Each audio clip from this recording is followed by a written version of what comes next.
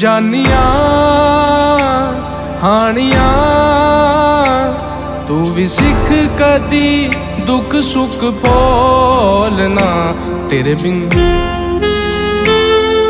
ਨਹੀਂ ਲੱਗਦਾ ਦਿਲ ਮੇਰਾ ਡੋਲਣਾ।